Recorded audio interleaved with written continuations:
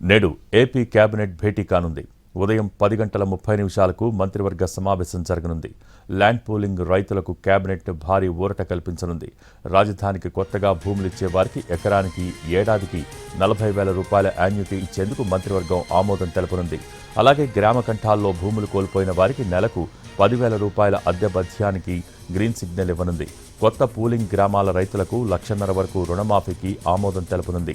State investment promotional board ప్రతిపాదనలకు ఆమోదముద్ర వేయనుంది. ఈ భేటీ ముగిసిన తర్వాత మంత్రులతో సమావేశం కానున్నారు సీఎం చంద్రబాబు. రాష్ట్రంలో తాజా రాజకీయ పరిణామాలు, శాంతి భద్రతలపై మీటింగ్లో చర్చించనున్నట్టు తెలుస్తోంది.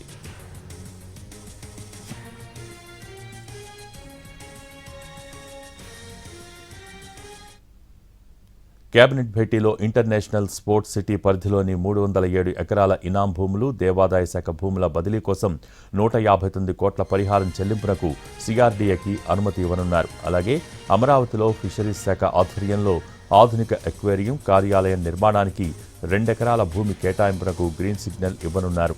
ఆర్ట్ ఆఫ్ లివింగ్ సంస్థకు 7.42 ఎకరాలు కేటాయింపునకు కూడా ఆమోదం తెలపనుంది మంత్రివర్గం.